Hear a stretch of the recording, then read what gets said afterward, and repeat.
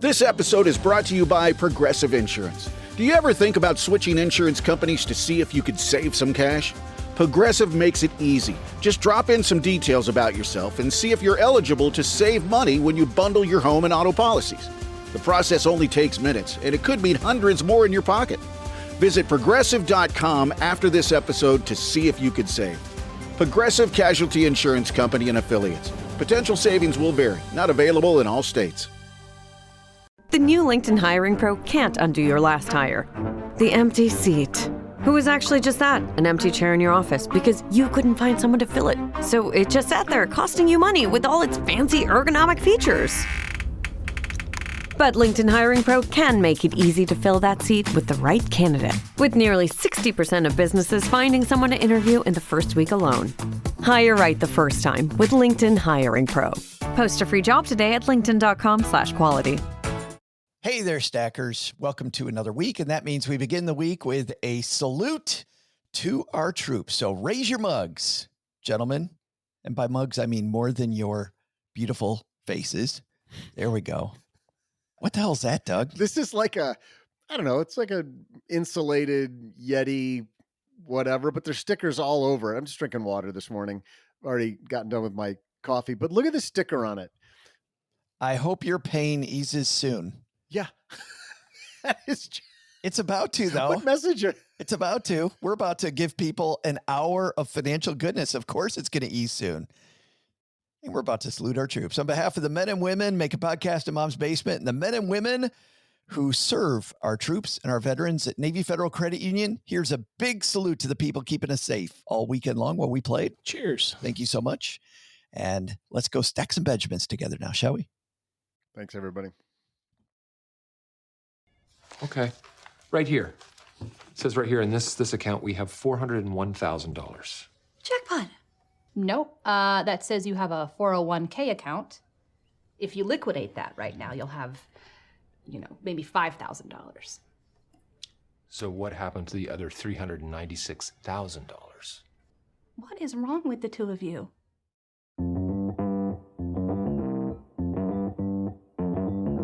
Live from Joe's mom's basement, it's the Stacking Benjamin Show.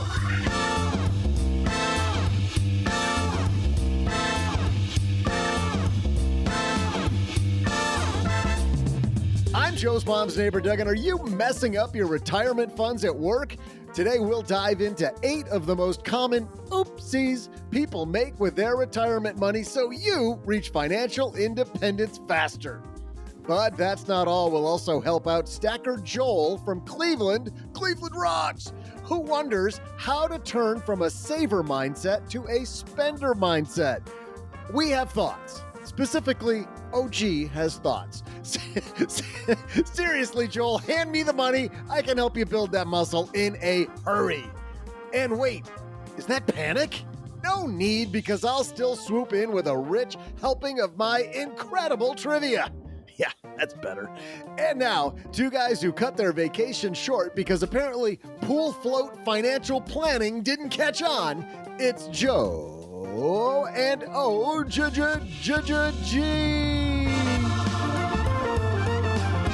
Well, happy Monday there, Stacker. Welcome back to the Stacky Benjamin Show, where we're going to help you build a bigger stack. And today, we're going to correct those 401k mistakes and help you turn into a spender. And let's say hello to the spender right across the card table from me. Mr. OG is here. I'm an expert spender. I'm a great spender of other people's money also. It is super fun to help Joel spend his money. We are all about it today. Joel is another spender here in the basement. We can help you with that. But very seriously, OG, people that spent their whole life saving and being intentional with money, you know how hard it is. I mean, you see this all the time across the table from you. While it's easy for you and me, it's very difficult for a lot of people to change that mentality. Well, it's the same difficulty that people have going from spending a whole bunch to trying to save a whole bunch versus saving a whole bunch, trying to spend a whole bunch. It's a whole different mindset, and it's very unnatural. If you're a spender your whole life and somebody shakes you at 50 and goes, dude, you gotta start saving money. You're like, oh, it sucks. What? Yeah. And if you're a saver your whole life and somebody at 60 goes, you got so much money, man, you should start spending it. You're like, I'm uncomfortable with that. But it's like going to the gym or beginning anything. Like, just lace up the shoes and get there. Realize that you're not going to do everything perfectly right away. And we've got some tips to help you get on that road. But Doug, love the oopsies. It's like we're Oopsies. all financial 2-year-olds. Oopsie. Oopsies. Sometimes we fall down, go boom.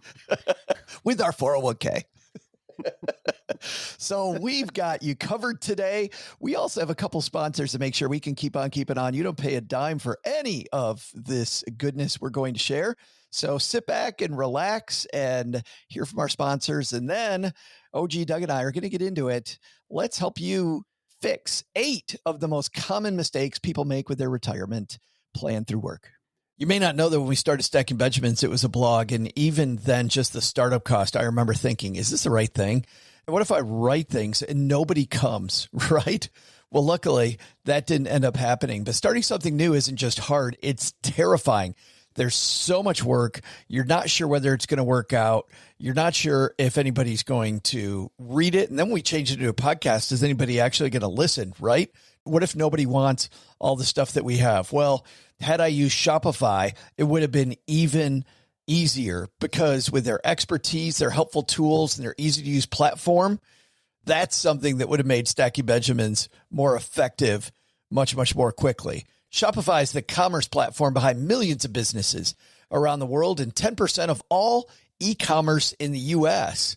Names you've heard of like Heinz and Mattel, Shopify, Gymshark, Aviator Nation, Allbirds, also all Shopify.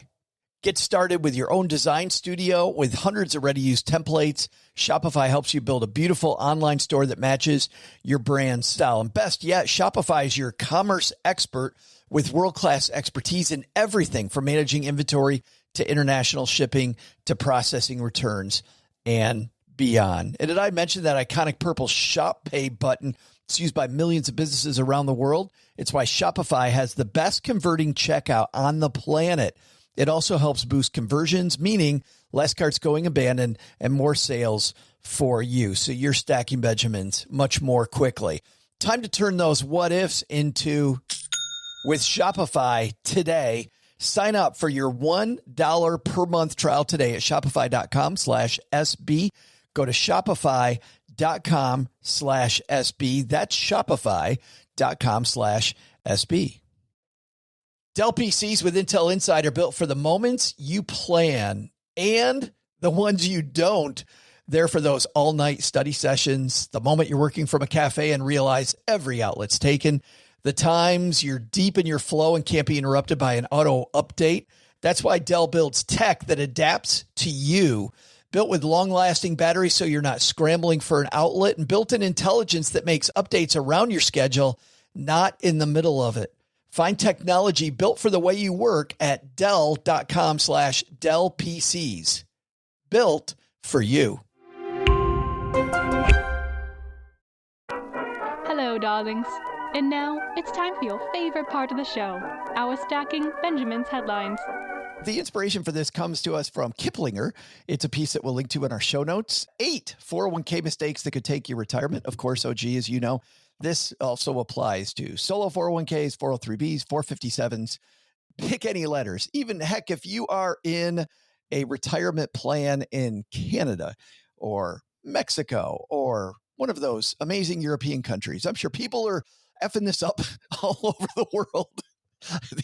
These same mistakes. So let's dive into helping you correct mistakes because, OG, and just to kind of build the foundation here, I'm not really much of a golfer, as both of you know. I think you both golfed with me before. I've proven time and time again, not much of a golfer. Don't sell yourself short, Judge. You're a tremendous slouch. You're tremendously bad at golf. But I do know this.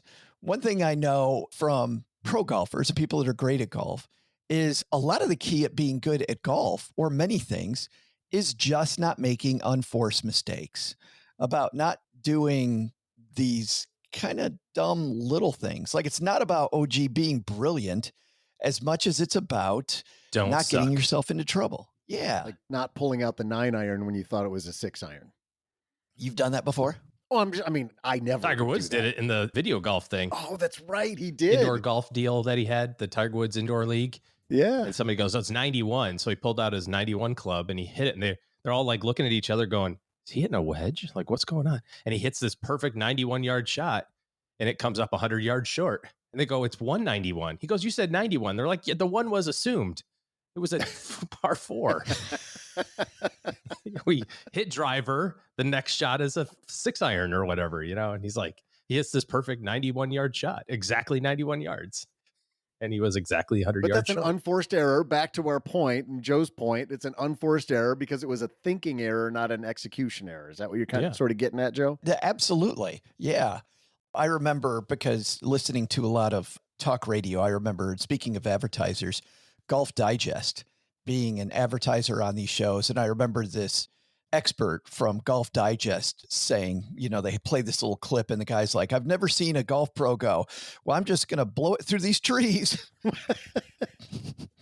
When they get in trouble. Right. Yeah. Whenever I'm there, if I golf with my brother and I'm there, my brother would say, "Dude, if you had the skills to get out of there, you wouldn't be in there in the first place." That's exactly right. Just take your drive. I got this shot. That's my favorite line playing golf. I got this shot. Hold my beer. Downhill next to a tree. That is easy. Redneck West Michigan, where Straight I'm out from. of the fairway. Screwed. Number 1 on their list of 8, not knowing the difference between 401k plans. And I think this one is subtle, OG. And by the way, it's also not life-threatening if you don't know the difference between different types of retirement plans. There are traditional and Roth plans available in the United States, and wherever you live, you may have different types of plans, and gains you earn are going to grow in different ways. So can we talk about the difference between the subtle difference between contributing to one and contributing to the other? Well, Ed Slott would say that if you contribute to a traditional plan, whether it's a traditional IRA or a traditional pre-tax 401k, you really only have 65% of your money, because the other third is going to go to the tax man at some point in time down the line. I'm with you. I think this is a pretty subtle issue, because unlike earning money, you don't, when you earn and save money, you make money, you go pay some taxes and you spend some, and then you save what's left. And when you retire, you spend money and you pay taxes on what you spent. So you have a little bit more control over where that tax bill is going to be coming from. So while it's not necessarily, given the choice between $1 million in a pre-tax 401k and $1 million in a Roth 401k, everyone all the time will take $1 million in the Roth 401k. If the difference is $1 million or zero, I think everybody will take $1 million and have to pay the taxes. So yeah, it's important to know the difference between pre-tax and Roth, but the impact I think is going to be felt much more early. Golly, there's a lot of, I think it's B felt much more early. Be more felt earlier than me good. I don't know. It's like you're going to experience the issues with the decision making sooner in your work life, because it's going to affect your cash flow. If you're maxing out the 401k pre-tax and then you flip it to Roth, your tax bill will increase $5,000, $6,000, $7,000, $8,000 probably, and that's a material number. I like the bent to talk me out of the Roth. Okay, let's try to do the Roth and talk me out of that decision versus starting with pre-tax and talk me out of that decision. There are reasons why you wouldn't do the Roth, but generally for me, I'm going to bias toward the Roth and then go through all the reasons why you shouldn't do that one. Because to your point, especially if you have a 401k match, you're building 2 of the 3 sides of that tax control triangle, right? Oh, good point. Because the employer is always going to put it in tax-free or pre-tax. Pre-tax, yeah. Number 2 on their list, and I think much more important, not adjusting your savings rate when you switch jobs. They're not talking about just switching companies, OG. They're talking about you get a pay raise and you don't bump up the amount that you're saving into your 401k. A 2024 Vanguard study showed that 55% of job switchers reduced their 401k nest egg by $300,000 over their working lives by failing to adjust their savings rate to their new higher salary when they switch jobs. That's a big sum of money. I mean, if you're doing percentages, right, your percentage is going to be the same. If you're putting 10% in, I think the bigger risk is for the people that are over 250K of income gross, and you're doing 10%, and now you get a pay raise to 300,000, your 10% still is 23.5. And maybe that's what they're talking about. Like, you need to account for that extra money that you should be saving elsewhere. I know they're just talking about retirement plans here, but I think it's perfectly fine to start your career at, hey, I put 5% in, I put 10% in, and just let your income pull that number higher. If you can adjust that percentage higher and say, well, I was at 10, but now I can go to 11. I was 11, now I can go to 12. That's great too. But if you start your career at 22 years old and you're making, $75,000 a year and you can do 10%, and then 10 years from now, you're making 150 grand, you're still doing 10%, you're pulling that savings rate higher along the way. I think that's totally fine. I think as you get past the max, that's where I think that big lifestyle number increases, because think about the physician, right? Or the high income person who's making $300,000, $400,000 a year. They're maxing out their 401k by September, by October, or June or something. And then the whole rest of the year, there's extra money. Oh, I got extra money in my paycheck. Or when you hit that FICA tax limit, and you're like, oh, Hey-o. I got extra money in my paycheck in October, November, and December, just in time for Christmas. It's like, you lived without it for 10 months, man. Like, just save that $1,500, Nick Majuli, who was on the show, episode 1712, just a couple weeks ago, talked about how much easier it is to save when you just make more money. I think you make a great point when you say that. Is it to my point? That's right. Just allowing your raises to do the heavy lifting, you're going to be okay.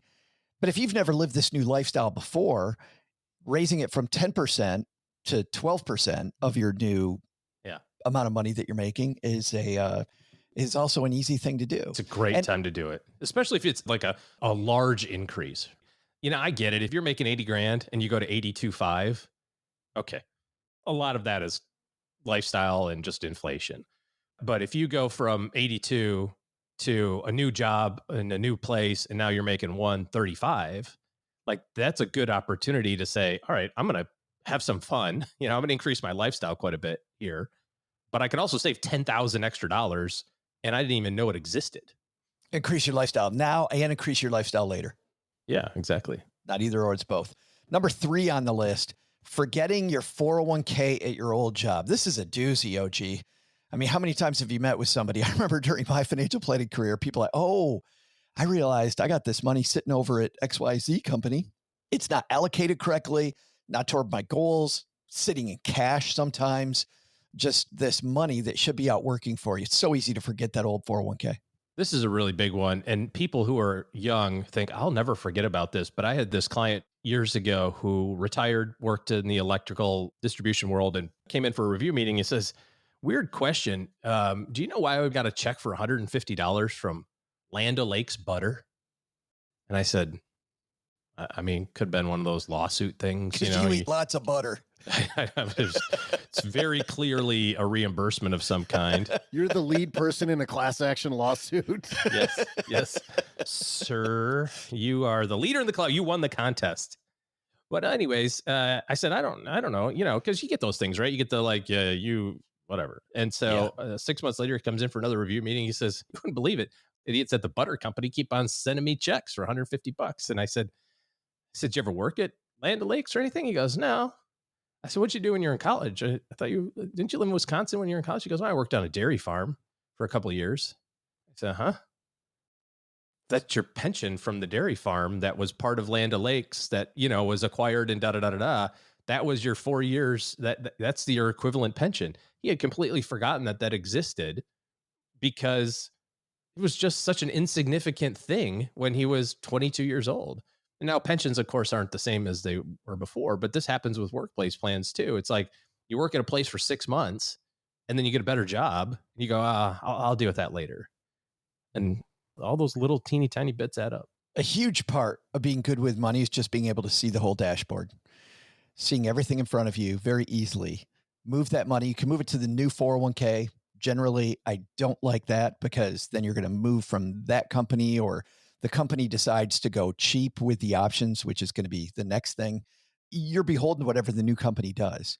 I truly like when you leave companies, and the average person will work for 4 or 5 different companies over their career. Move that to an IRA that you have supreme flexibility. You've got whatever options you need. And what's cool is, OG, you don't need a lot of options, but you can do whatever the hell you want. And you can look at the fee structure however you want. Like, move that money to an IRA, I think for me is the thing to do. And I think you agree. Oh yeah, 100%. Next up is what I just mentioned, not knowing your 401k investments. and the fees attached. Here's what I like doing. I like if I do have that IRA or an old 401k, and it had some investments that were great and some investments that were rotten, I like overemphasizing those investments so that I can underemphasize investment options that suck at my current employer. Like if I don't have a great international option at my employer, I work for a small company, the international option is expensive, it's not really competitive. Well, in my IRA, I can put that money over there into a much better option, maybe a nice index fund for international investing versus having to shove the wrong investment choice into something that's suboptimal. I really like just knowing what your 401k is good at and what it's not good at when it comes to the investments that are out there. That's a pretty easy one. Number 5, how about this one? Not taking advantage of the employer match. Oh boy. Oh gee. This is that you're in the weeds on the golf course. You don't have to be a hero. just please go get the match. My favorite thing is when people say things like, it's only a 3% match. It's like, you're only getting 100% return Only on 3% of your money. If there was an investment out there that guaranteed a 100% return or a 50% return, you would put as much money as you were allowed to do. Like if there was a slot machine in Vegas, every time you put in $1, it kicked out $2. You would do it as fast as you could, up to whatever limit it is. And it's the same thing. Even if the options suck, even if the fees are expensive, even if everything else is awful about it, even if you're going to quit your job in 6 months, like it's still free money. So take the free money and whatever you can do to at least do the employer match is really important. And then employers get creative with this, right? They want you to have some skin in the game. So sometimes it's dollar for dollar on the first 3. Sometimes it's 50 cents on the dollar in the first 6. They want you to kind of participate as well. And maybe you can't do all of that right away, but that needs to be a really, really, really quick short-term goal of, if they're giving me 3% for every 6% I put in, the 50% return immediately, I got to get to 6. I know I kind of hurried past number 4, not knowing the 401k investments and fees, because I mentioned that it's fairly obvious, but a piece of that, OG, which you bring up here, that's not really obvious. Let's say that you find out your 401k, you work for a small company, they pass a lot of the fees on in a small company to the employee because the employer doesn't have the wherewithal to pay what generally can be big administration costs. Having a high fee 401k is far better than not having a 401k at all. I believe putting money into this fund that, isn't the place you want to be forever is still far better than doing nothing. And what I generally saw was that people had a high fee 401k when they were smart enough to know they had a lot of fees they were paying, like, oh, I'm not paying those guys. So I'm not doing that. Well, what are you doing instead? I'm just spending it. Yeah. I'll show them. Yeah, I'm showing the man by getting less retirement, Doug. Right. This topic and the previous thing that OG said reminded me of one of the sterner talking tos I got from my grandfather. I was probably 10. I'll remember we were walking from the car into a grocery store through a parking lot. It was raining. Not bad, but it had been raining. There was, I think it was a nickel in kind of a nasty puddle of water. There's like an oil slick sheen. We're in a parking lot, right? So it just was kind of gross. And we're walking past, and I just said to my grandfather casually, oh, there was a nickel in there. And he goes, you didn't pick it up? I said, oh, no, it's only a nickel, and it's kind of gross. And oh my God, did I get talked to about how basically said, you will never be at a point in your life where you can just walk past free money. Is essentially what he's saying. So in my head, the analogy to what you just said, Joe, was, yeah, it's kind of dirty. It's kind of messy. Maybe it's high fees, but take the free money of the employer match, what you said, OG. And even if it's a little dirty, it's worth it. Or even the free money of the tax shelter, beats what you're paying in fees. And there may be some ways, OG, to get that money out of there early. If your company offers something called an in-service withdrawal, you might be able to move that money into your own IRA. But do you see many companies that allow in-service withdrawals anymore? Yeah. It's usually after 55 is pretty standard. Okay. But not before 55, yeah. So you might be able to keep working, do whatever you're doing, and you can get it out of the high fee 401k and do even better. But man, Don't walk past the what's way more than nickels. Yeah, thanks for bringing up some childhood PTSD. Appreciate you guys just dredging that up for me. That is our goal today. Number 6 is understanding the vesting schedule on that match on your 401k OG. They talk about sometimes people will be ready to move money out of the 401k, or they leave their job before the vesting period ends. Listen, if a job is life sucking, I wouldn't let a vesting schedule get in your way. And I saw that far too much when I was a planner, where people are like, well, I'm going to stay because it's great money. Yeah, but every time you come in here, you talk about how this job's killing you. But I think, OG, you still want to know what the damage is going to be before you rip the money out. Well, just remember when you see that statement and it says you have $100,000, if there's some vesting in there, that's not all your money yet. And most of the time for employer matching, there's not going to be a vesting schedule, but sometimes for additional discretionary bonuses or profit sharing or something, there sometimes is. And so you don't want to your point, you don't want to quit on June 30th if July 1st is your vesting. You know what I mean? Because that stuff is there for a reason, because they statistically know like you might want to leave by June. And if you leave on June, then we get to claw that money back. And to your point, use it for other contributions or fees or whatever the case may be down the line. So I don't think you raise any red flags by calling the administrator of the 401k and asking Fidelity, hey, can you explain this vesting schedule to me? When does different tranches become available? We're very familiar with vesting schedules with stock options. It's the same for your 401k, sometimes if it's there. Just know what that is. Mm-hmm. Number 7, we dove into last week, taking early withdrawals. We did an entire headline episode on that. So please go back and listen to that episode last week. Great headline from the Wall Street Journal about early 401k withdrawals. Number 8, not rolling over an old 401k is often the biggie. This is especially important if you leave a company over a short time. If your account has under $7,000 invested under a previous employer's plan, they may decide to distribute the account to you or roll it into an IRA under the forced plan distribution rule. Not only is that a bureaucratic headache, this piece says, you'll also have to pay taxes on any distribution. This check, OG, is just, well, it's not the end of the world. It's an administrative freaking nightmare when they just cash you out. Well, again, this goes back to paying attention to where your money is and knowing, you have some options. If you leave your job, they're not going to do this in the first day and a half, right? This is a 90-day, 120-day, 180-day type process, because it's going to take a while for all the systems and payroll and whatever to kind of coagulate and go like, okay, Joe's gone from his job. So you have plenty of time to deal with this and to call up the new plan or to call up Fidelity or Schwab or whatever and roll your money over. And honestly, if it's a small balance, this is a good thing that they are forcing your hand in some respect, because I think it draws attention to the fact that, hey, you've got something here you got to do. You don't want this little thing hanging out there. Yeah. I mean, again, back to my point, you will forget about it. It seems like you never will, but you will. It's not great that they send you a check for $5,000, because then they're going to withhold 20% for taxes and you'll get a 10% penalty. I think we talked about this a couple of weeks ago, like the amount of money that you lose, or that people lose on average by cashing those things out. Like, oh, it's just 10 grand. It's just 20 grand. I'll cash that out. Like, I could use this for a car, I think was your story example that you used, sure, or maybe this was in the article.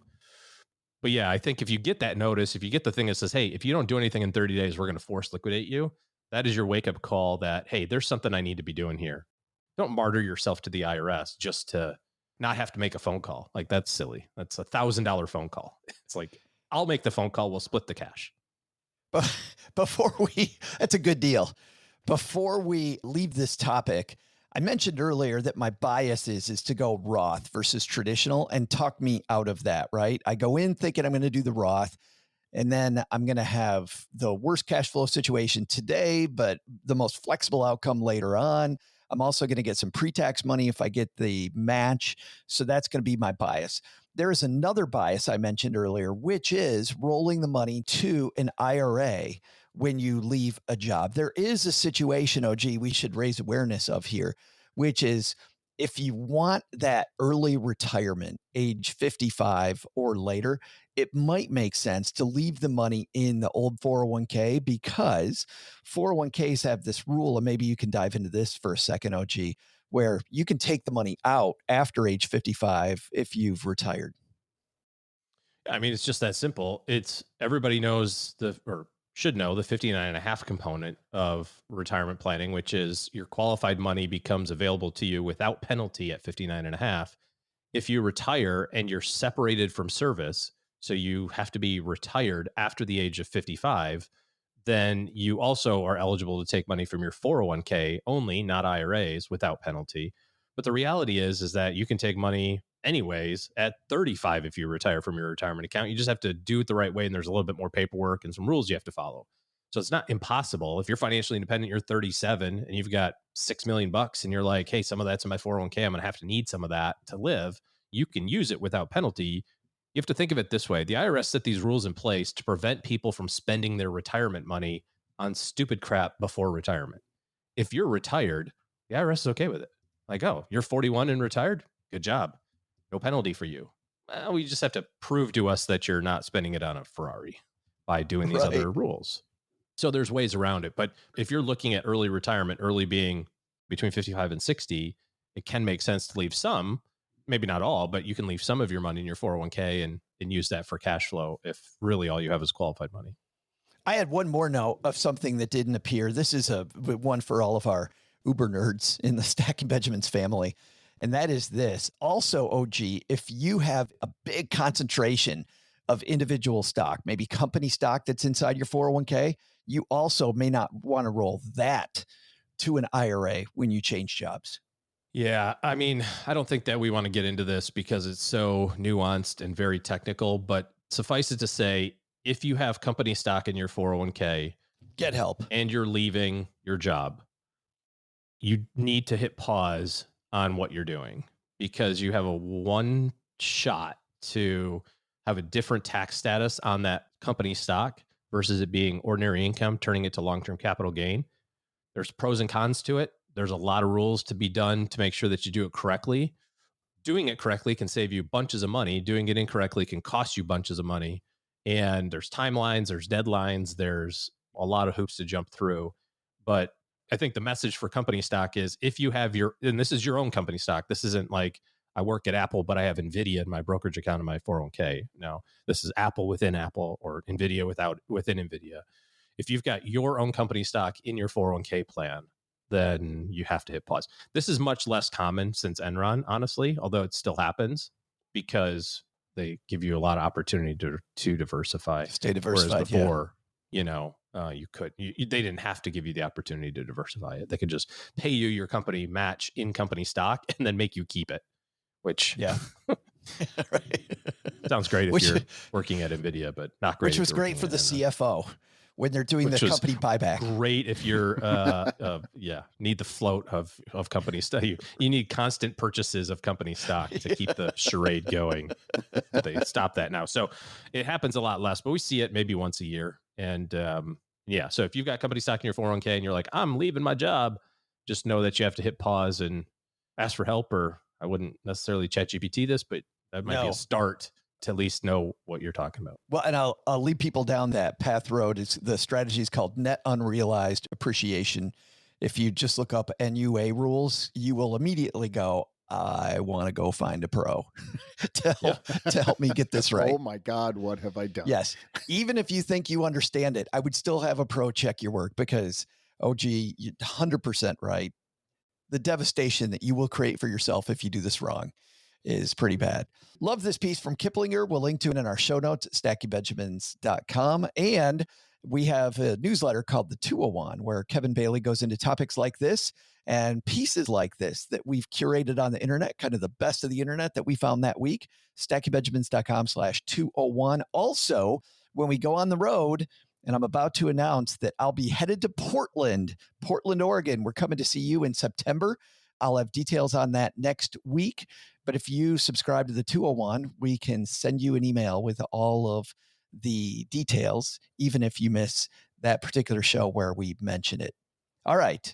That's going to do it for our headline today. Doug, we're on to the trivia segment. What's brewing today, my friend? Hey there, Stackers. I'm Joe's mom's neighbor, Doug, and today's the anniversary of the day steel magnate Andrew Carnegie died. Hold on, is it Carnegie? Carnegie. Isn't that weird? It's like there's Carnegie Hall. Yeah. But when I hear his last name, they say Carnegie. And now my brain's just circling the drain because now I'm like, is it magnet or magnate? This is what I think we need to spend time on. Can we just put the trivia aside and no, okay, fine.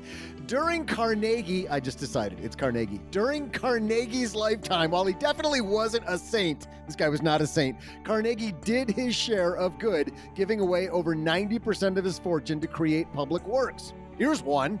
What's a place Carnegie created that you'll find in nearly every town across America? One where you can learn more about everything from avocado farming to zombie defense strategies? A place he created over 2,500 of across the world? I'll be back right after I go read about Carnegie erecting these places. I mean, nothing beats a good erection story, am I right?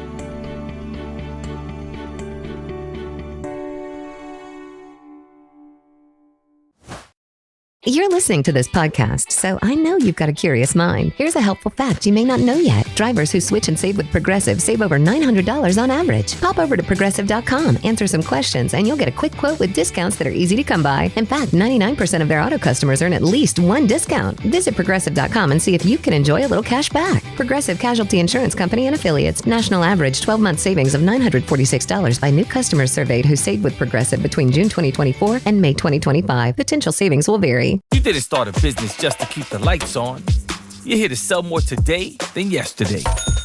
You're here to win. Lucky for you, Shopify built the best converting checkout on the planet. Like the just one tapping, ridiculously fast acting, sky-high sales stacking, champion of checkouts. That's the good stuff right there. So if your business is in it to win it, win with Shopify. Start your free trial today at shopify.com/win. Did you know Fast Growing Trees is America's largest and most trusted online nursery with thousands of trees and plants and over 2 million happy customers? Whether you're planting fruit trees, adding privacy, brightening things up with flowers, or bringing in houseplants, Fast Growing Trees has it all. Even better, they can help you find options that are right for your climate, your space, and lifestyle.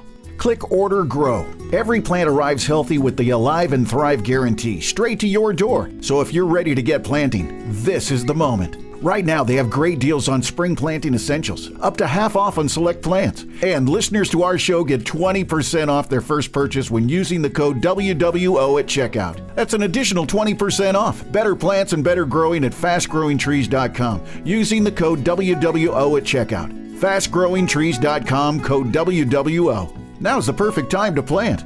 Let's grow together. Use WWO to save today. Offer is valid for a limited time. Terms and conditions apply. Go to growingfasttrees.com for details.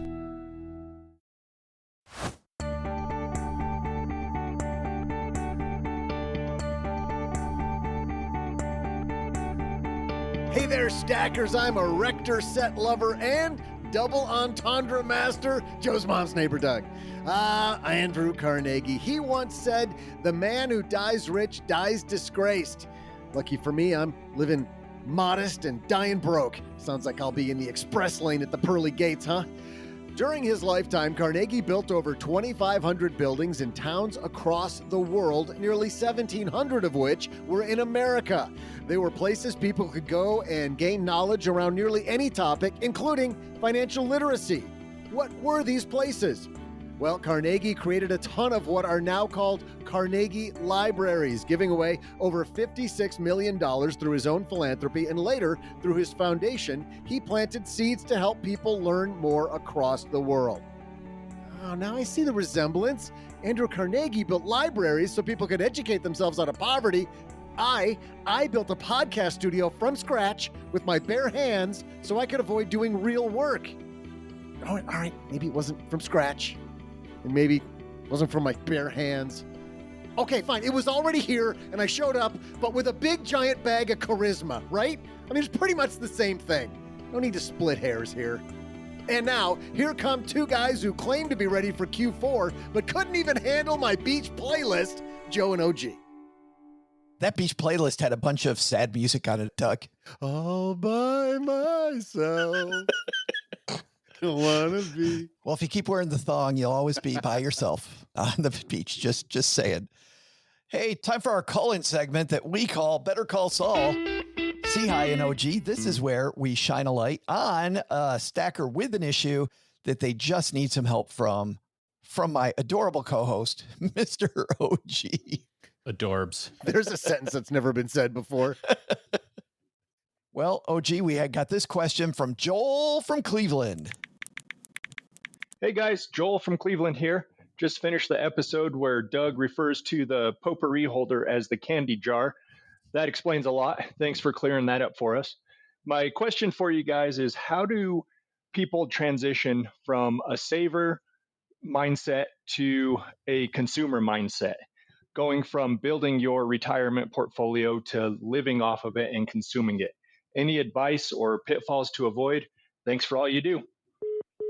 Joel, man, thank you for that call, and a great question. I know a lot of stackers, when I go to Camp Fies, and you're talking to people face to face, or I'm at meetups and we get into some discussions. This is, OG, a big topic for people that generally have been attracted to the idea of saving and squirreling money away and saving for a rainy day. And man, if I make a move right now, what if the rainy day happens right after I go buy the travel trailer or after I decide to go on the big expensive trip to Europe?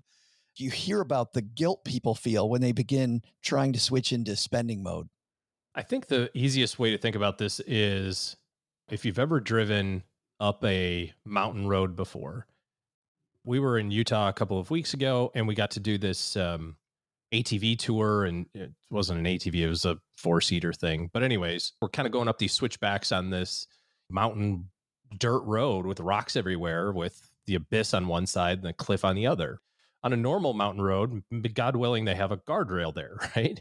And if you're like how I drive up a mountain road, unless I'm driving up it with the mountain on my right, I'm going to shade a little bit to the middle, give myself a little wiggle room, right? Like, you don't know if there's a rock coming down or if there's another truck on the, switchback or whatever, right? So you kind of go in the middle. And if all of a sudden you get distracted and you hit the mountain, you got a little guardrail. You're like, oh, can't do that. Okay, I'm a little too close. If you go the other way, before you fall off the abyss into your death, you grind against the guardrail for a while. Can't do that. Go back to the middle. And the same thing is true, I think, when you think about your retirement income. We sit down, we figure out all these calculations and we say, okay, I can use a 4% rule, or maybe it's 4.5 now, or 5.1, or whatever that guy on the internet said that one time. And the reality is that it's never going to be exactly right, because some year you go, I had this major car expense, or I had this house insurance deductible that I had to pay, or I decided to take this trip, or I had this unexpected medical expense, or whatever. And it's always going to be kind of plus or minus whatever your number is. And I think as long as you're within those guardrails and you can set those up for yourself, everything's acceptable. And if you get to one edge, you go, okay, I got to pull it back. We've talked about this a bunch of times, but I think it's really a really great example. Both Paul Merriman, Warren Buffett had this great way of thinking about it too. Hey, if the market's up, I get to have a cherry Coke and an Egg McMuffin and a hash brown for breakfast because my wife left me the money in the car. If the market was down yesterday, all I get's the Egg McMuffin. And Paul Merriman, to finish your Paul Merriman story, that's Buffett. The Merriman story is Merriman goes around the Pacific Northwest where he lives in down years and explores those areas. And then he goes around the world during the up years. Yeah. Yeah. So it's just kind of a variable thing. You're not going to, especially early retirees who are very analytical. And this is what this question really is around, is I'm a super analytic fire achiever. Like, how do I transition? Well, first of all, you're not going to do it unless you're confident that you're going to be successful, right? So you're going to run the 1,000 Monte Carlo scenarios. You're going to what if it to death. You're going to find out what those upper and lower limits are and that sort of thing. I think a very real way to think about this is if you are foregoing things because you're worried about the cost, then I think you need to have some concern around, my spending appropriately. If you're doing all the stuff that you want to do and you're not missing out on anything that you want to do, then there's no obligation to spend money. You know what I mean?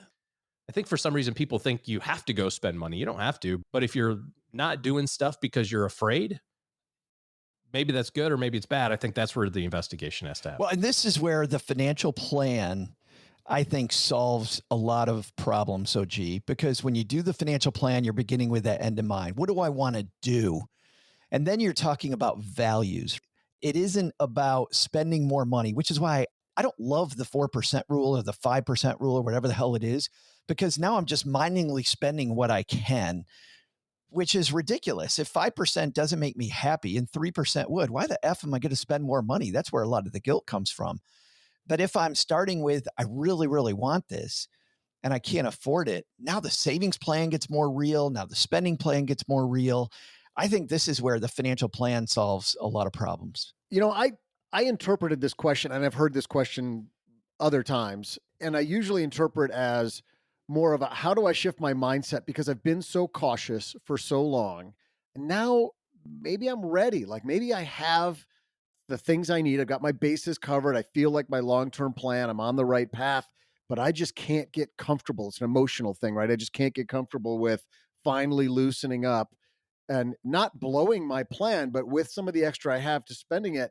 And I think it just comes from, or the ability to make that switch is, you have to trust yourself that the person who was good enough to put themselves on a disciplined plan to save the money and stick to the end goal that they had is going to be able to recover if something goes sideways. You're smart enough. You've already dealt with those situations over the last, 5, 10, 15 years that you've been on your financial journey. You got it, man. Like you have the skills to be able to recover. So let's say you do go out and buy that car that you've throttled yourself back. See how I'm got the analogy there, the throttle in the car. Huh? Yeah. You throttled yourself back for years. You drove the old car, but you're like, I'm on good shape. I'm on good ground here. Maybe it's time for me to get the new car. Do it. And if something goes sideways, you're going to be okay because you had the skills to get yourself here in the first place. And maybe a THC gummy can't hurt either to just chill out a little bit. And now that advice is from Doug. New sponsor to the Stacking Benjamin Show. It's a perfect place to put that. Having trouble relaxing with your money? We have a way to relax. OG, I think there's a good point buried in what Doug said too about this idea that initially it will be uncomfortable. Like being comfortable, being a little uncomfortable, and knowing that's coming is an important part of this. Ultimately, I think you just have to fast forward down the line a little ways and say, what makes me feel more accomplished in my life plan? You know, if you're 60 years old today and you're like, hey, I think I'm good. I got cash. I can, I feel confident where I am. What makes you feel like you've lived your life when you're 80 and you go, oh, look at all this money I get to swim in like Scrooge McDuck because I was such a miser for the last 20 years and I never did anything? Or are you happy having experiences or whatever that means to you, donating money or being like, Carnegie magnate, and seeing a library built or helping a community thing that's important to you or whatever, but you don't have the money anymore. Like what's a better outcome for you 20 years down the line? And whichever one is most important to you is the thing that you're going to gravitate toward. I've always said a little tongue in cheek, like what's the point of having 10 million bucks in the bank and never taking your kids or grandkids to Disney? Everyone knows Disney is the absolute worst waste of money in history of mankind. It's so expensive. Every single thing is designed to like literally flip you upside down and shake all of the change out of your pocket. However, every single time we go, and I know, Joe, every time you go, and I've never talked to you about going to Disney, Doug, but I'm telling you, it'd be amazing if you did. It is so awesome. Like you never leave and go, I wish I wouldn't have done that. You're like, I should come back. I wish I could live here. Like you always come back thinking this was the greatest. My last time at Disney with my kids, I was sick for a week on the couch. I went one day to the parks. The other 5 days I was on the couch in the apartment, sick with the flu and COVID and miserable. And I went, yeah, the kids had a great time. It was really kind of, I was a little sick. It was still worth it. I was a little ill. It kind of sucked, but everyone else had such a great time. I could see the pool from my window. They looked like they were having a blast.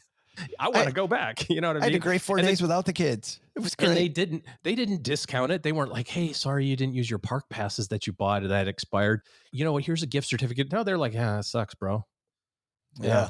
Bruh. Oh, Sorry. didn't get to use Sorry, that. bro.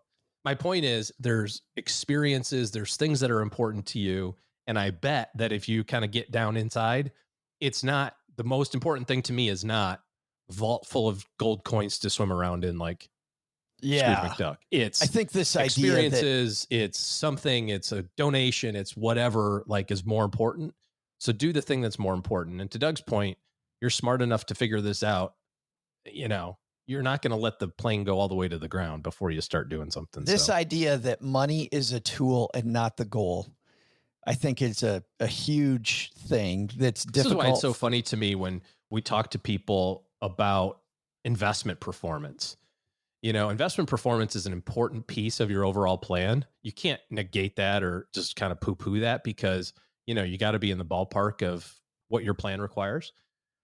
But the ultimate goal, I've never met anybody at 70 years old that goes, thank God I averaged 9.02%. Oh, I'm so much better than my friends.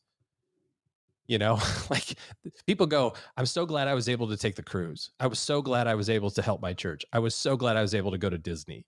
Nobody ever says, like, I'm so glad that my Nvidia stock popped. You know what I mean? It's never about the performance. It's never about the actual dollar amount.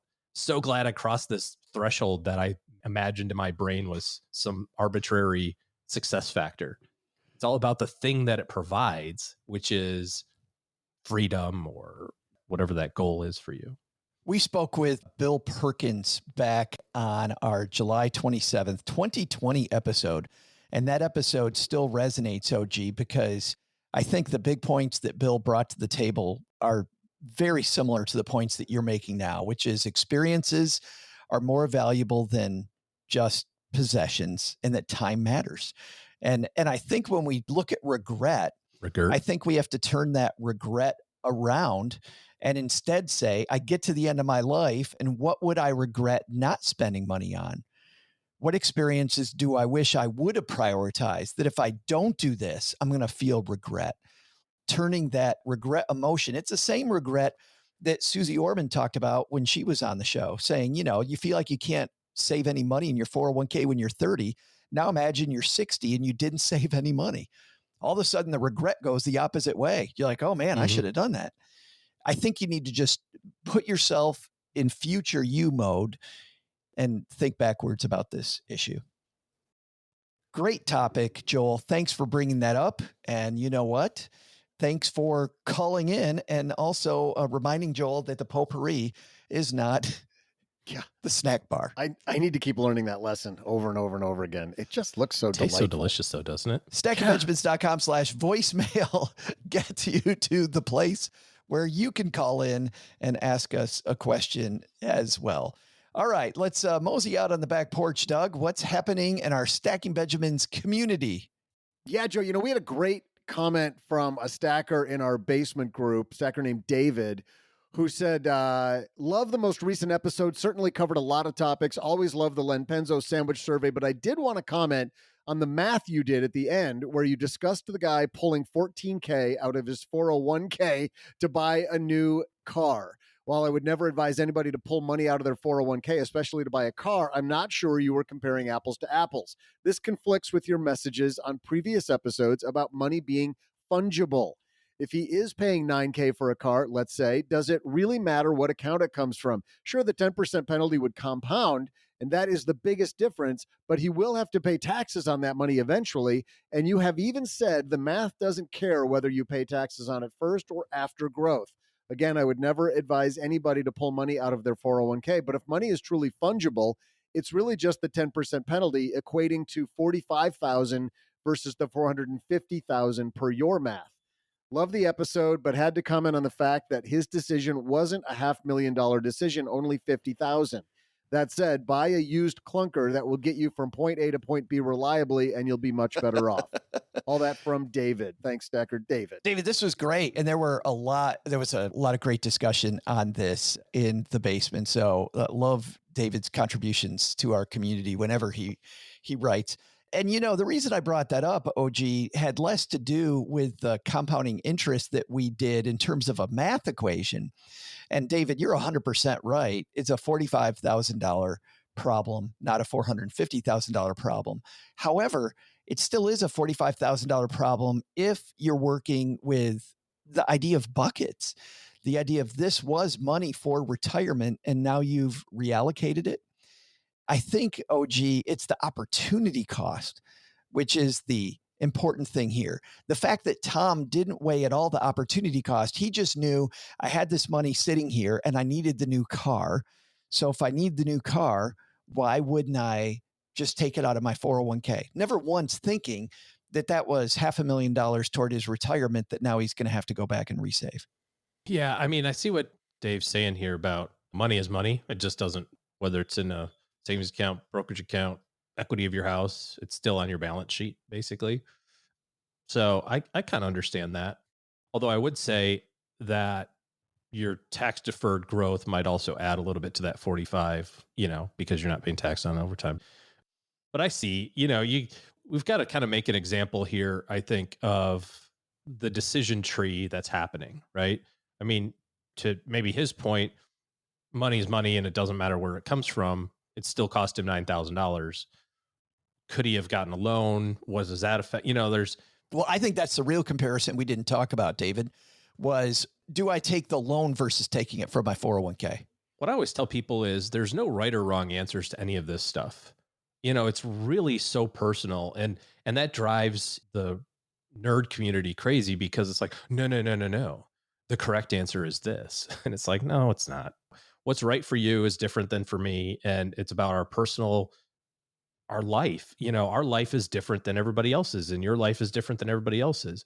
A very easy example of this is there's plenty of ways to make money and be successful if you invest in stocks, right? You just invest in ETFs and mutual funds and whatever, just do your thing.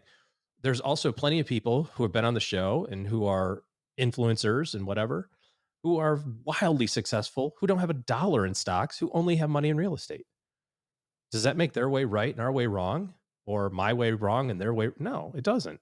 It just means that we're different people and there's 1,000 ways to be successful. You take money out of your 401k to buy a car seems stupid to one person, seems reasonable to another. And this is where planning, I think, is the most important piece, because the idea of planning is to look down the road that you're on and see what the outcome looks like. And if you're good with that outcome, then stay on that path. The benefit of having a guide with you is somebody who's been up and down this path a bunch of times, a bunch of different paths on the path that you're on, different routes, is you can say, well, I was thinking about doing this. And your guide hopefully goes, yeah, we've been down that path before. It's pretty steep. It's full of bears. And I mean, you can get there. It's not fun. It's doable, or there's this nice casual path down the bubbling creek we're on. We could stay on that one, and I think that's ultimately the point here with this 401k money. Yeah, dude, you can get there doing it this way. You could get there doing it that way. I'm not trying to tell you which way is right. Maybe the guy's there's cultures that don't believe in borrowing money, right? And paying interest. In that person's mind, the greater crime, is to pay interest. That doesn't make that way of thinking right or wrong. It's a better thing to say, no, I pay cash. And today my cash is in this location. So I think it's about recognizing all of the downstream effects and then making an educated decision for you and your family based on what you see the future looking like. Sorry, I'm going to stop talking. Joe, do you get the impression that OG's vacation to Utah was somehow terrifying and life-threatening? Because all of his analogies lately are about these horrible wilderness situations, mountain roads and steep paths and down rapid streams. It gets you a good look into the psyche. It was interesting to find out on our tour in the mountains that apparently the mountain lion population is so bad in Utah that it is full open season on mountain lions all the time. No kidding. Yeah. Set out one of my kids tied to a tree and I was like, here, kitty, kitty, kitty, kitty, kitty. They're killing machines. Kitty. Yeah, I have a great mountain lion story for part of the show that we don't talk about. Yeah. Maybe might have one. Before we leave this topic, I did have one piece of the story that I didn't tell that much last week, David, that I think your comment also bears out, which was Thomas was also in my office. I mentioned his dad had sent him over. And he was in my office because he wanted to take it back because of the fact that he didn't recognize the fact that there would be the 10% penalty. He didn't understand what the rules are. That to me was the important part. I think the compounding is a nice wow for people. And that's a reason I like going through the compounding part of the story. But the fact that we look at this stuff ahead of time, almost like we began today's 401k discussion with looking at the different types that are available before you choose. Not going to be the end of the world either way, but knowing and willfully going into one versus the other can make your planning easier in the future. Fantastic discussion, David. Glad you brought it up. And if, by the way, you're not in our basement Facebook group, it's stackingbenjamins.com/basement will be the quick and easy link to get you to our Facebook group. All right. I think that does it for today. At the end of every episode, we, for some damn reason, ask Doug. You trust me. Doug, That's your first mistake. Doug, you take snacks out of the potpourri jar.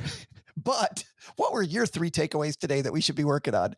Well, between hallucinations, Joe, this is what I heard. First, take some advice from our headline. Decided not to take the match with that retirement plan? Come on, go for it. You can change it back later if you aren't able to save that much, but you'll never know if you don't take action. Second, how do you become a spender? Make sure the spending equals your values and start small. If you feel regret, go back and retool to see what was bothering you and why. Becoming a spender doesn't happen overnight. You gotta work at it. Seriously, ask OG. He's been working at it forever. But the big lesson? You want to get a podcast session started quickly in Texarkana? Just ask, hey, who wants to help me clean the grill? Believe it or not, these procrastinators suddenly become focused. See how focused they were today? Okay, guys, we finished. Now, let's go clean the grill. Where did they go? This show is the property of SB Podcasts, LLC, copyright 2025, and is created by Saul-Sehy. Joe gets help from a few of our neighborhood friends. You'll find out about our awesome team at stackingbenjamins.com, along with the show notes and how you can find us on YouTube and all the usual social media spots. Come say hello. Oh yeah, and before I go, not only should you not take advice from these nerds, don't take advice from people you don't know. This show is for entertainment purposes only. Before making any financial decisions, speak with a real financial advisor. I'm Joe's mom's neighbor, Doug, and we'll see you next time back here at the Stacking Benjamin Show.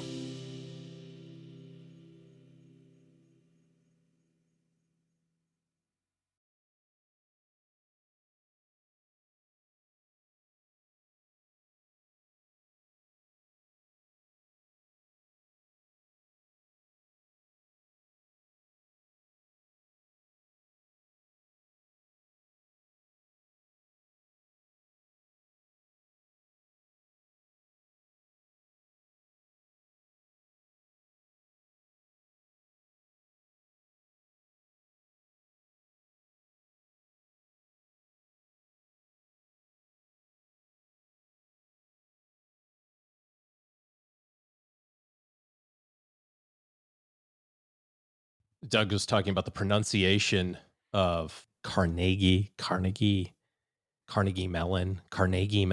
That doesn't sound right, does it? It's definitely Carnegie Mellon. It reminded me of this bit from Sam Gallagher.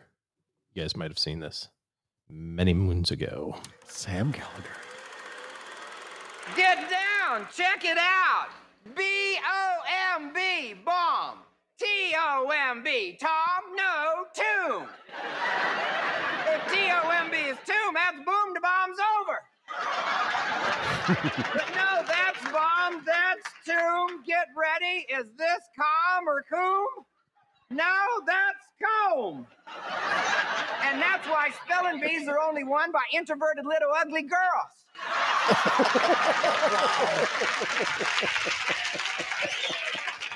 Because they're the only ones that got enough time to memorize this.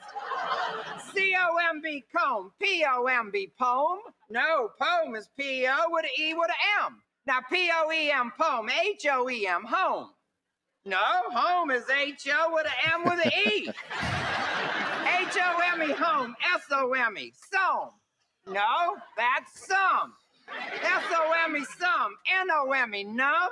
No, that's N-U-M-B. The whole doggone thing is dumb.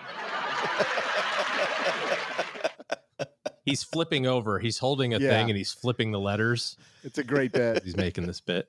And he goes, the whole thing is D-U-M-B, dumb.